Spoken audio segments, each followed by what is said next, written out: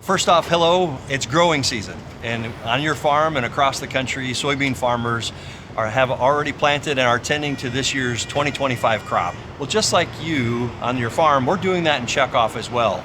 And we work in areas of food and feed and fuel and in innovation that drives industrial uses. And we're going to check in on that right now and give you a report.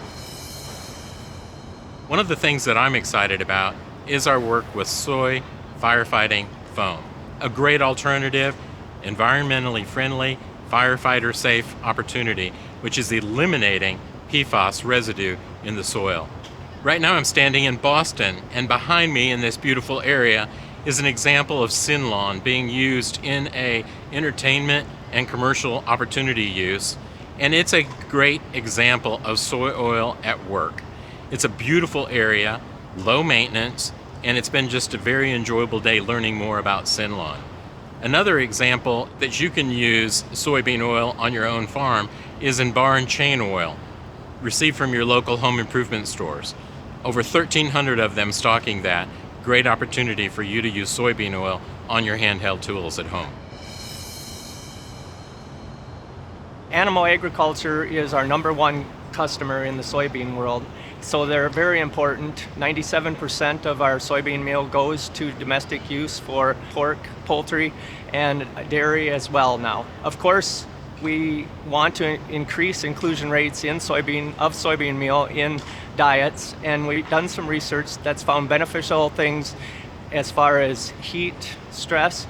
We are actually reducing heat stress and therefore causing better carcass weights, and that's a big win for our pork producers.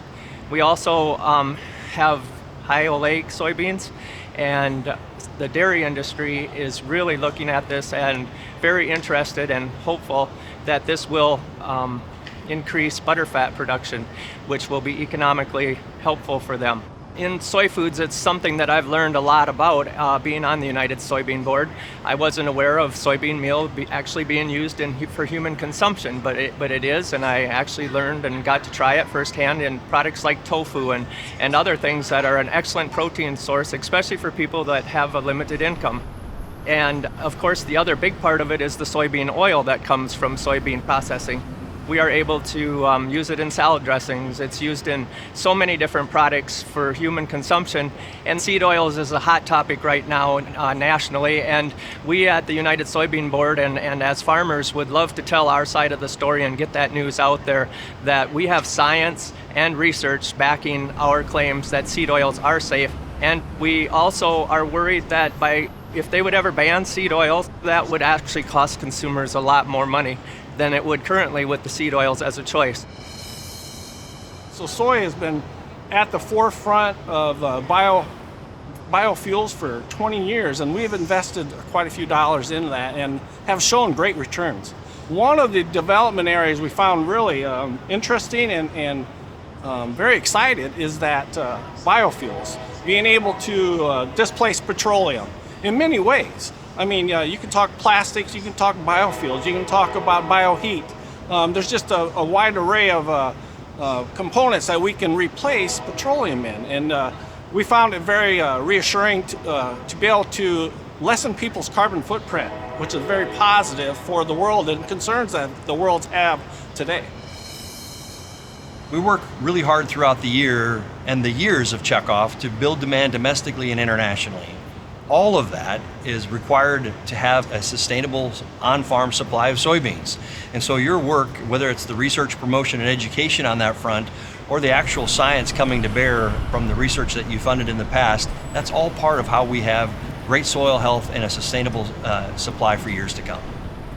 So while you think about building domestic demand here at home in the United States, it's also so important when you think about 2/3 of the crop being exported across the globe, how important it is to have international markets. And whether you think about it as one major market or really the culmination of many markets, we're in over 80 countries. Those markets don't happen by accident. It takes farmers knocking on the doors. It takes organizations like U.S. Soy Export Council really helping keep the door open to trade. And all of that is a part of your investment at Checkoff, making sure those doors are open and opportunities exist for your export market. You know, as this growing season is upon us, we look forward to hopefully a bountiful harvest. But be mindful of the fact that we have 77 farmer leaders from across the country who are stewards of your investment, your soybean checkoff. They serve on the United Soybean Board, and it's a pleasure to work on their behalf each and every day, along with the staff that come to work for you. But just as we're assessing our work and you're assessing your farm's productivity, all of that is in concert with trying to build that demand here domestically and internationally. To hear more about your soy checkoff investments in action, please visit unitedsoybean.org. Thank you.